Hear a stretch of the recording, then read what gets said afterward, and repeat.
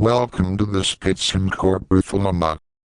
We are in Basel, 1538. A man who has spent his entire career in deliberate exile from the universities of Europe sits down to defend himself against an enemy he has already defeated in practice but not yet in principle. His name is Theophrastus Bombastus von Hohenheim Paracelsus, and he has just compiled 7 separate defenses of a claim so radical that it required a book-length justification, that everything inherited medicine believed about disease, its causes, and its cure was fundamentally wrong. Not incomplete. Not in need of refinement. Wrong. And that he, a Swiss-German empiricist and alchemist born in the shadow of the Alps, had not merely corrected it but replaced it with something entirely new. The *septime defensiones* sits at a hinge point in Western thought. It is not yet the Enlightenment. That philosophical revolution was still a century distant. It is not medieval either, though its enemies thought it should be. Instead, Paracelsus writes from a position almost unique in the 16th century. He has performed cures that the established medical authorities said were impossible. He has written them down. And now he must explain, to a literate public increasingly skeptical of university authority, why the old doctors were not merely wrong but systematically, almost willfully, wrong. What you will hear is the rhetorical and intellectual scaffolding of that defense. It belongs to what we might call the *naturalist empiricism lineage, the same current that would eventually flow through Bacon, through the chemical revolution, and finally into modern medicine itself. But Paracelsus arrives at this position from an unexpected source, not from mathematics or mechanics, but from astrology, from alchemy, and from an almost Reformation-like certainty that direct experience of nature outranks inherited text. The passage I am about to read comes from the opening of his first 2 defenses. It is the theoretical foundation upon which everything that follows rests. Now, my reader, pay attention. If against the sophistic legion a doctrine that works sets itself, would it not be right that the works should strike the chatter to the ground? I speak, reader, to whom? To the saints who perform no signs. The gathering and concourse, that is, the coming together, could frighten many so that they would cease from stopping the babbler's mouth. But the outcome and the recourse, that is, the return, proves that nothing is to be held by the concourse. From this same source springs the error that Hippocrates must be mere chatter, and the spirit of truth in medicine must become mere babbling through these sophists. For what is there that a chattermonger has too much of? From this rabble, some have allowed themselves to be overcome by their own mouths and have defended themselves with shameful words, because they have brought medicine into their mouths. They have had to defend themselves with the mouth, which can do nothing but shame and blaspheme. Such deceitful language has also struck against me. But it is necessary, since they are not built upon the first rock of medicine, but have seated themselves upon a kitchen rock, forgotten the truth of the medicinal art, and with their sophistic fables have carried me and others about in their masks, that I leave this not without answer. But if one were devoted to the first center, that is, ordained to it, such abusive words would not proceed from him. Their best art is their rhetoric and the fellowship of the same, and the virtue that clings to the pseudo-doctors. Therefore, reader, the answers follow upon them, so that you might understand yourself in these same matters, that is, recognize them. Although it would not be necessary to answer for the doings of such people, one could simply let them remain poetic doctors, rhetorical recipe writers, and nebulous preparers. In time one would become weary of them, but so that it be understood that a doctor without works is worth nothing, and that the work is the doctor, not the chatter. This has been done by me for instruction. Therefore, dear reader, I have also been prevented from allowing my writings to come to light. Yet I have honored Carinthia, the Archduchy, with them. If it should reach you through these same praiseworthy lords, wherever in the world you receive this, without this landscape it would not come into your hands, reader. Love therefore the theory in this work, yes, love far more the works of art, given at Sankt Veit in Carinthia on the 19th day of August in the minor number 38. The first defense of the discovery of the new medicine of Dr. Theophrastus. And I here, in this work, bring forward a new theory, also a natural philosophy, together with new reasons, which has hitherto never been held nor understood by philosophers, astronomers, or doctors. This happens for reasons of which I shall now inform you. One namely, which proves itself sufficiently, is that the old theorists have described the reasons and causes of diseases uncertainly and unjustly, and have thereby introduced such a wandering astray and confirmed it in such a manner that it has been held and esteemed as right and uncontradictable, and is so ingrained and held and maintained that no one sought anything further, or esteemed the same to be a wandering astray. This I may well make known to you, for I must judge it to be great foolishness, inasmuch as heaven continually, in the light of nature, bears and makes new ingenii, new inventions, new arts, new diseases. Should not these also count as valid? What use is the rain that fell 1,000 years ago? The use is the rain that now falls, present. What use is the sun's course of 1,000 years ago to this present year? Does not Christ say the interpretation of how we should judge this, us speaking, it is enough that the day bear its own yoke, that is, it is spoken as much as, it is enough that you do that which this same day gives, and no further the coming day also bears its care for itself. Now if care proceeds for itself, and each day has 12 hours, and each hour its special action, what harm is the 12th hour to the first? Or what disadvantage is the first from the 12th, when each thing is set into its own monarchy according to its time? We should care for the present and not for the past. And each monarchy is provided with perfect light of nature, and thus are the wondrous works of God, that the light of nature changes in the many monarchies between the beginning and the end of the world, something much overlooked, and action has not proceeded according to the content of these monarchies. Therefore I will, out of the power of the present light of nature and out of the predestined order of the present monarchy, in my writing be unpunished by anyone, and still less will I be touched and hindered because of the sophistry, which I call a wandering astray in medicine. Their foolishness I must lay clearly open today because of the knowledge of my ground and their learning, and the high schools shall not overturn me herein, and I give them this to understand. Medicine is a work. Because it now is a work, the work will prove its master. Now discern from the works how each part is known and judged. The work is an art, the art gives the teaching of the work, so that the art through its teaching works to make the work.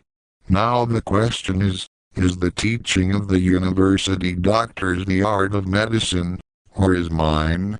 That will be proved by the works. Now notice what Christ brings forward in our philosophy as well, and what it is necessary for us also to understand Christ, who has not only renewed the eternal light among us mortal men, but also the natural light, when he says, "False prophets and false Christs shall arise, and so forth, and shall give and do many signs." Although false doctors also perform signs, as can be found, yet they are not against right medicine.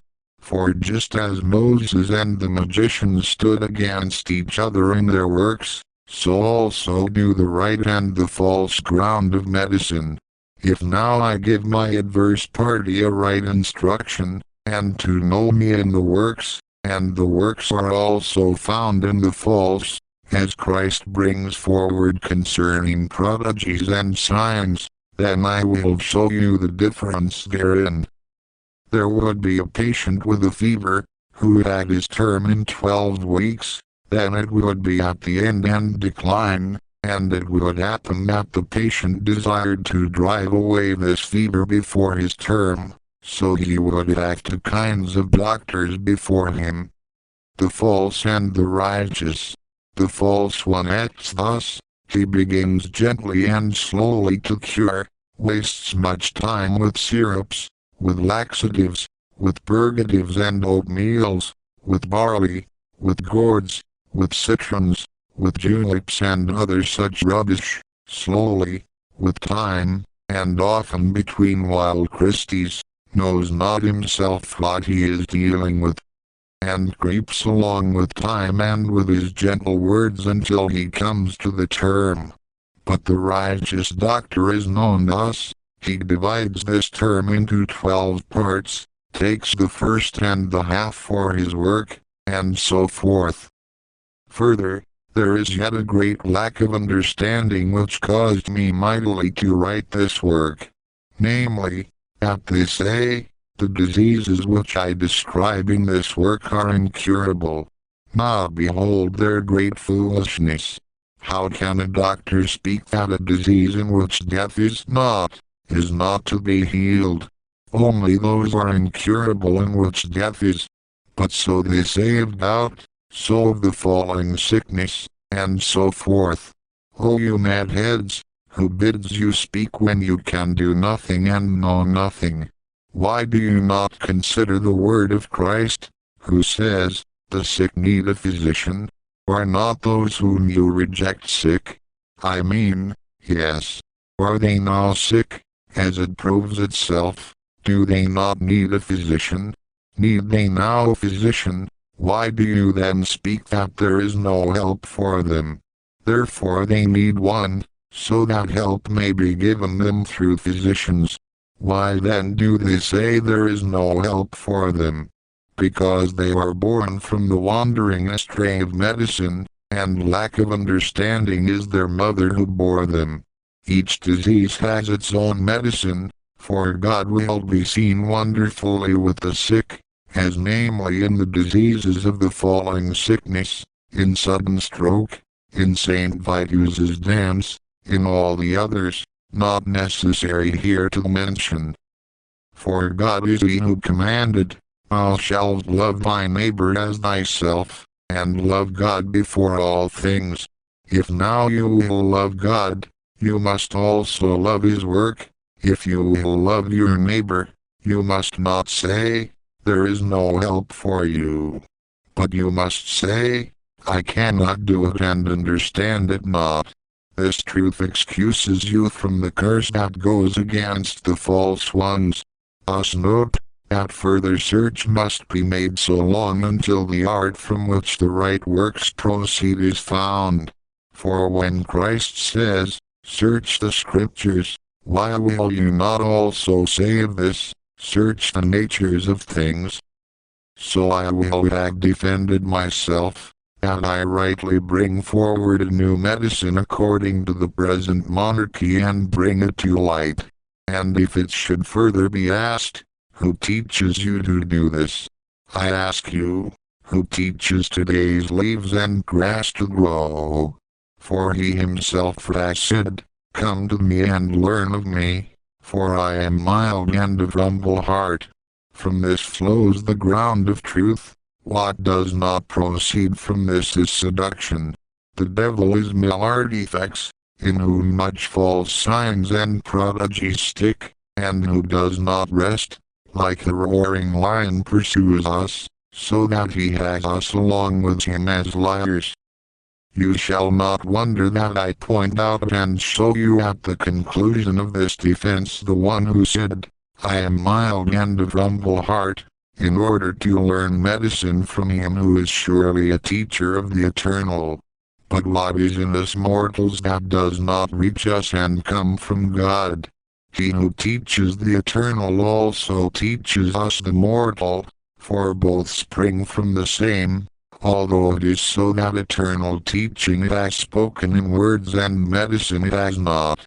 But if he says, the sick need a physician, and the physician is from God, how can the physician then not recognize him as his master, from whom indeed he is? The physician is he who represents God and stands in for him in bodily sicknesses, therefore he must have that which he can do from God. For just as medicine is not from the physician but from God, so also is the art of the physician not from the physician but from God. There are three kinds of physicians: one, which is born from nature through the physicians of heaven in the constellated influence of conception, as also the musicians and mechanics, the rhetoricians and the arts have been born.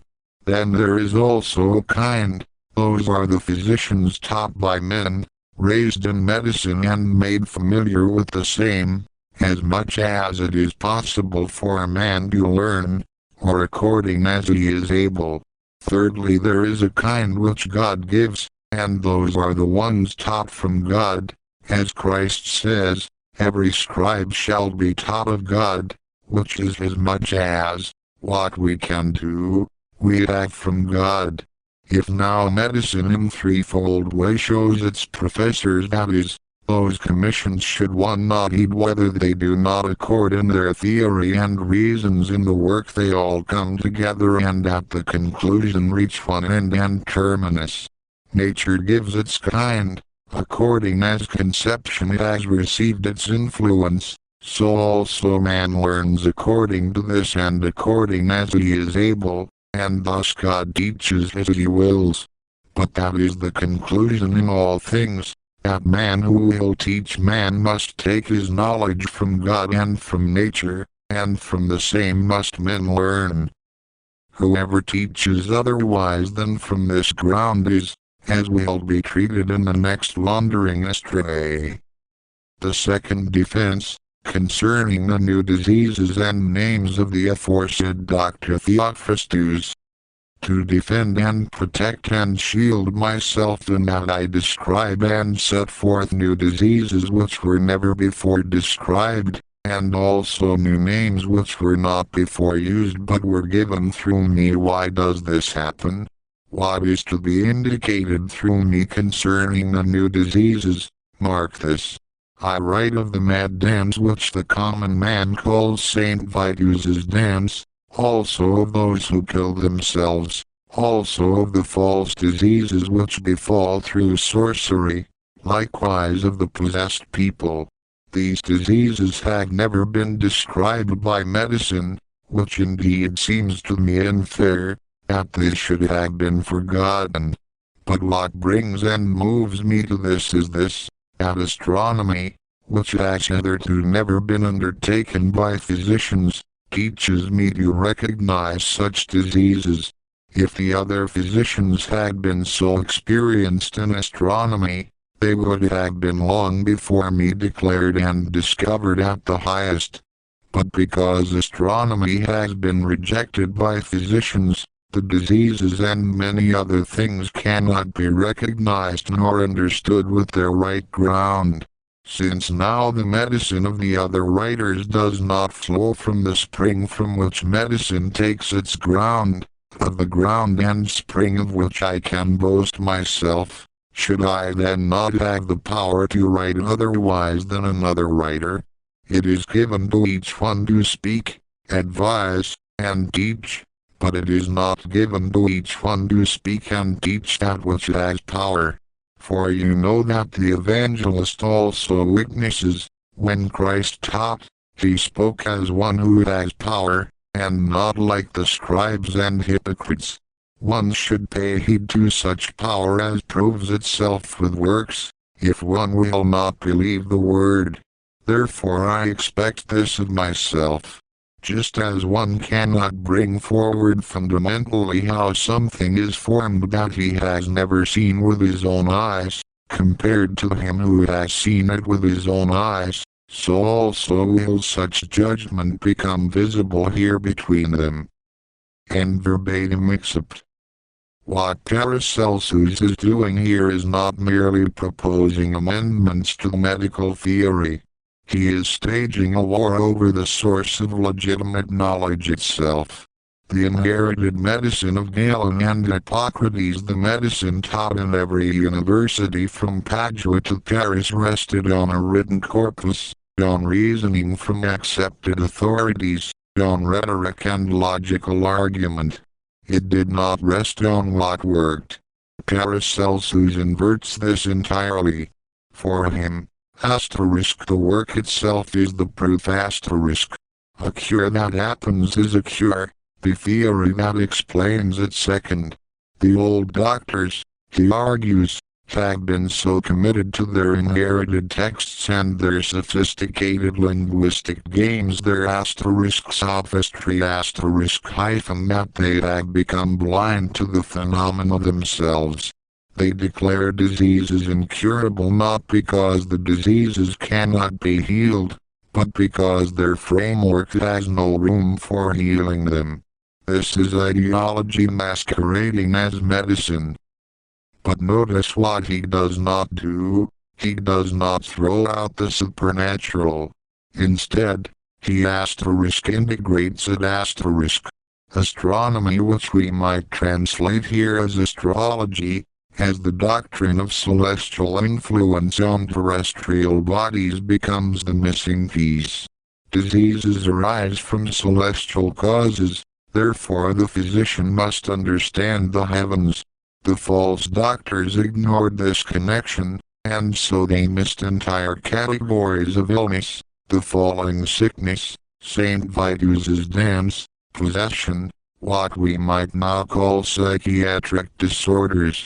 The threefold physician, one born to it through celestial influence, one trained by men, one taught by God directly, is Paracelsus's way of saying that legitimate medicine can come through nature, through human instruction, or through divine illumination. What matters is results. What matters is that the patient gets well. This framework would seed everything from the medical reformers of the 17th century to the emergence of empirical science itself. The irony is that Paracelsus arrives at empiricism not from skepticism about the invisible, but from an expansion of what the invisible includes.